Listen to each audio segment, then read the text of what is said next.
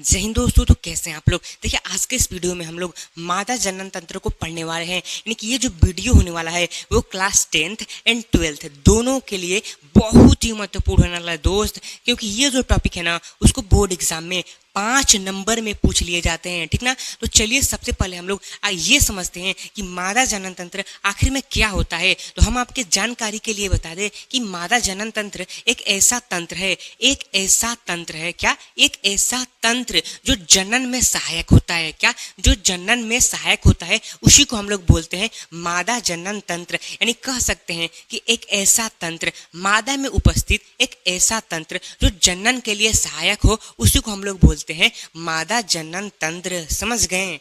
अब चलिए सबसे पहले हम लोग मादा जनन तंत्र की जो ये संरचना दिख रही है इसके नामकरण करते हैं, ठीक ना। ये क्या है, हमारा मादा जनन तंत्र का संरचना है। क्या है?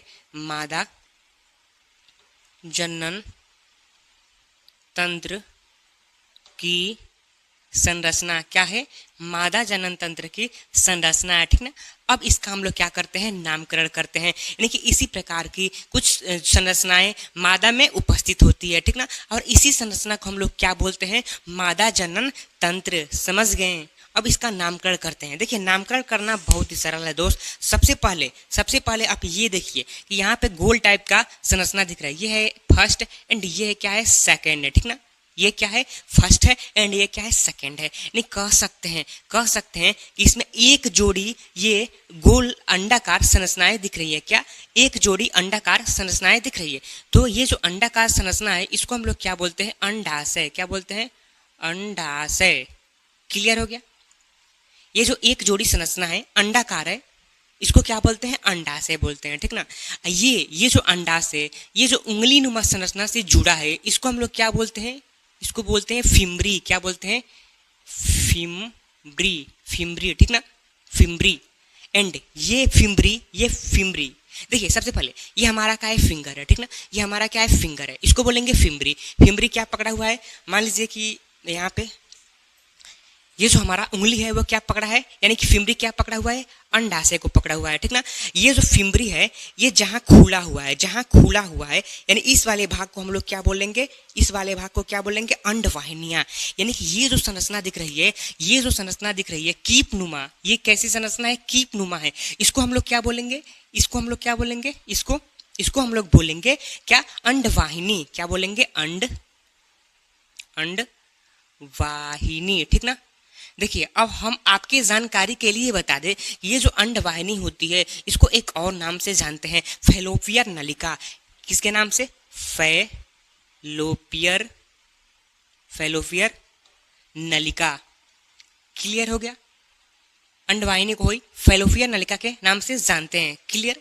देखिए अब आप अपने मन से सोचिए और अपने मन से बताइए। देखिए यहाँ पे एक फैलोपियर नलिका है एंड यहाँ पे एक फैलोपियर नलिका है, ठीक ना। तो ये फैलोपियर नलिका जहाँ पे खुला है, ये जो आपको भाग दिख रहा है, ये जो आपको क्या दिख रहा है, भाग दिख रहा है, भाग, इसको हम लोग क्या बोलेंगे, इसको हम लोग बोलेंगे गर्भाशय। क्या है, गर्भाशय। इसको हम लोग क्या बोलेंगे, इसको हम लोग बोलेंगे क्या, इसको हम लोग क्या बोलेंगे, गर्भाशय। क्या है, गर्भाशय। क्लियर हो गया। क्या है, गर्भाशय है। समझ गए। अब देखिए आप ध्यान से समझिए, ठीक ना। क्या, ध्यान से समझिए। देखिए यहाँ पे इस प्रकार की जो संरचनाएं दिख रही है इसको हम लोग बोलते हैं क्या है, ग्रीवा बोलते हैं। क्या बोलते हैं, ग्रीवा बोलते हैं, ठीक ना। ग्रीवा। क्या है, ग्रीवा है। एंड ये जो पाइप टाइप की संरचना दिख रही है इसको हम लोग बोलते हैं, यही है हमारा क्या, योनि।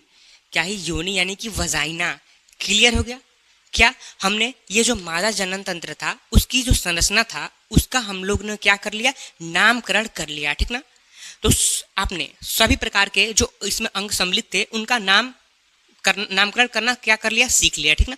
अब देखिए अब बढ़ते हैं कि ये जो अंग है उनका कार्य क्या होता है। सबसे पहले ये जो अंडाशय है इसका कार्य क्या होता है इसको समझते हैं। आप यहाँ पे देखिए क्या है, अंडाशय है। अंडाशय को इंग्लिश में क्या बोलते हैं, ओवरीज बोलते हैं। क्या बोलते हैं, ओवरीज। यानी कि देखिए यहाँ पे ओवरीज, अगर ओवरी रहता तो एक अंडाशय है, ओवरीज है यानी कि 2 अंडाशय है। यहाँ पे 1 एंड 2, तो इसलिए यहाँ पे ओवरीज का प्रयोग किया गया है। समझ गए। तो देखिए आप अपने मन से बताइए कि यहाँ पे 2 अंडाशय है, इसको बोल सकते हैं कि ये क्या है, एक जोड़ी अंडाशय है। क्या, एक जोड़ी अंडाशय। तो फर्स्ट पॉइंट इसका यही है कि यह एक जोड़ी अंडाशय है, ठीक ना। दूसरा क्या है, कि जो अंडाशय होता है उसकी जो लंबाई होती है वो 3 सेंटीमीटर, जो लंबाई होती है वो कितनी होती है 3 सेंटीमीटर, चौड़ाई कितनी कितनी होती है 2 सेंटीमीटर, कितनी 2 सेंटीमीटर, एंड ये मोटा कितना होता है 0.8 सेंटीमीटर। समझ गए? इसके 2 पॉइंट्स को हमने कर दिया क्लियर कि ये एक जोड़ी होती है, इसकी जो लंबाई होती है वो 3 सेंटीमीटर, चौड़ाई होती है 2 सेंटीमीटर एंड मोटाई होती है 0.8 सेंटीमीटर। क्लियर हो गए? इसका तीसरा पॉइंट क्या है कि अंडाणु का निर्माण करती है। ये जो अंडाशय होता है इसी से अंडाणु निकलता है, फैलोपियन नलिका में जाता है, यानी कि जो हमारी अंडाशय होती है वो क्या करती है अंडाणु निर्माण करती है। क्या? अंडाणु। ठीक ना?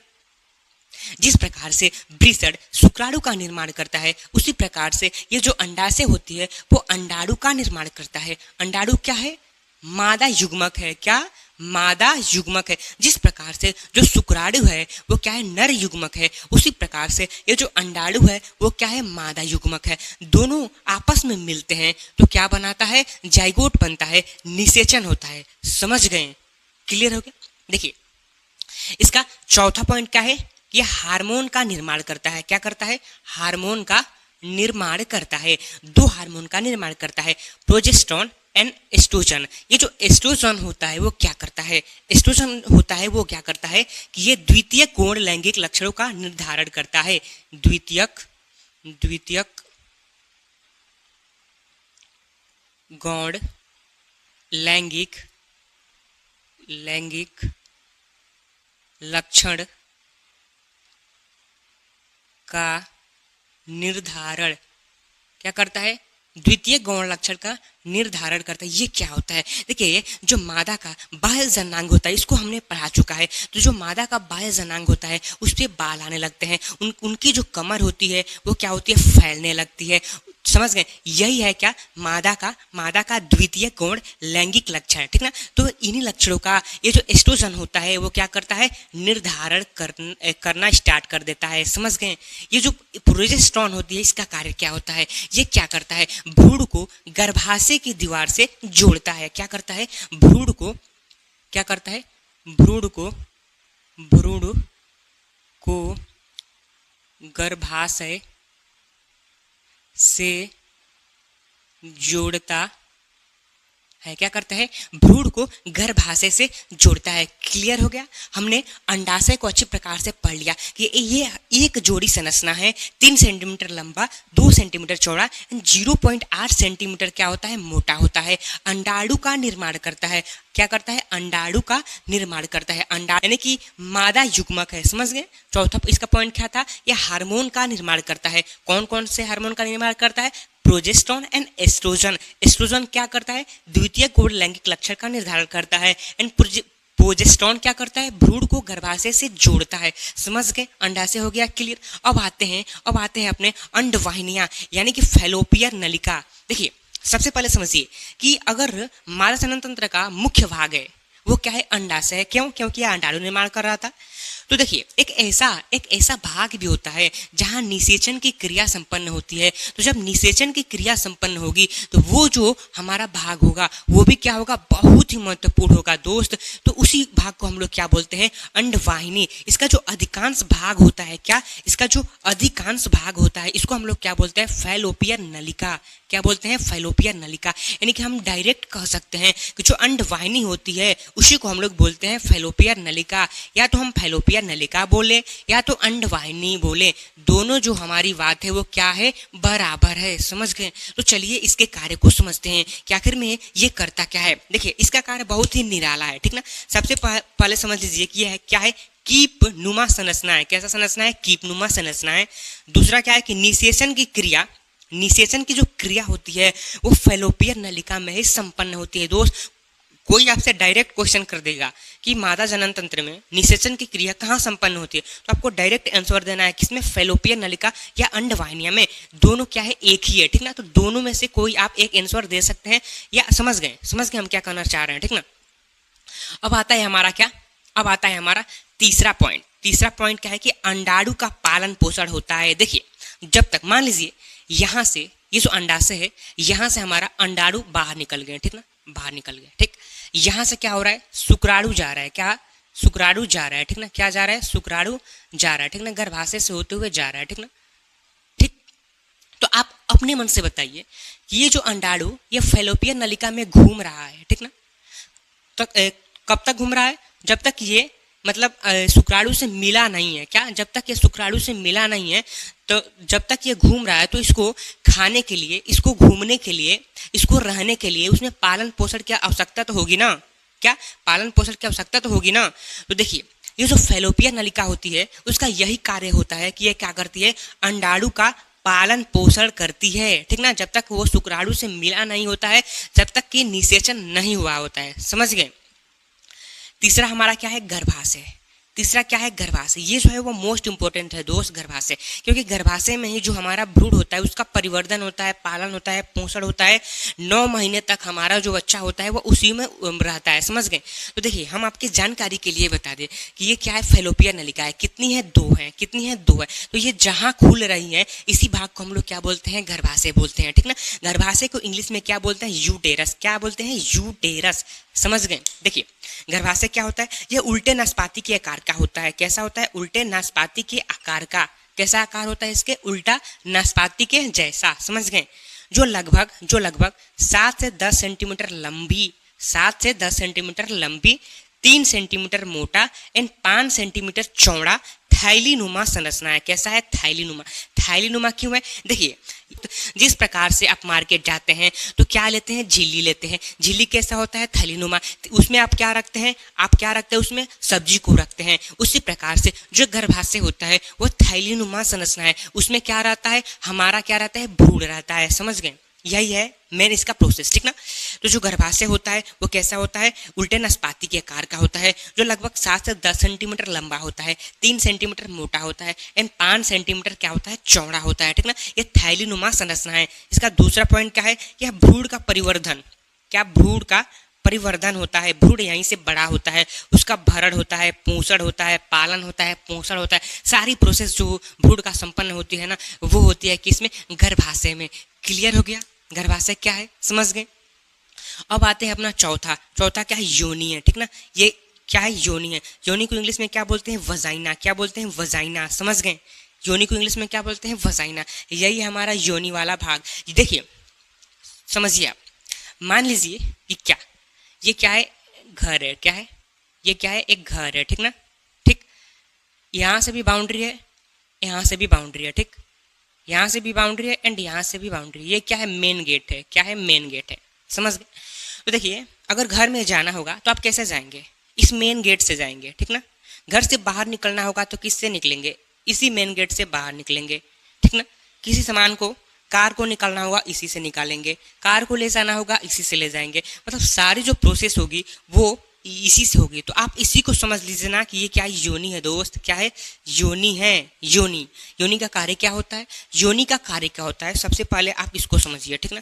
देखिए शिशु के बाहर आने का मार्ग है। क्या है, शिशु के बाहर आने का मार्ग है, रजोधर्म श्रावण का मार्ग है, ठीक ना। एंड पुरुष के लिंग का प्रवेश द्वार है। ठीक, क्या है, पुरुष के लिंग का प्रवेश द्वार है, शिशु के बाहर आने का मार्ग है, रजोधर्म श्रावण का मार्ग है। समझ गए? एंड बहुत सारे ऐसे स्टूडेंट होंगे जो ये सोचते होंगे कि यार इसकी लंबाई कितनी होती होगी। तो हम आपकी जानकारी के लिए बता दें कि इसकी लंबाई 7 से 10 सेंटीमीटर होती है। क्या, 7 से 10 सेंटीमीटर। जो योनि होती है वो क्या होती है, लंबी होती है। समझ गए? ये क्या है, पुरुष के लिंग का प्रवेश द्वार है, शिशु के बाहर आने का मार्ग है, रजोधर्म श्रावण का मार्ग है। समझ गए? देखिए करीब करीब जो गर्भ धारण के लिए वीर्य की आवश्यकता होती है वो कितनी होती है, 7 ml। कितनी, 7 ml, ठीक ना। इस 7 ml में शुक्राणु की संख्या कितनी होती है, शुक्राणु की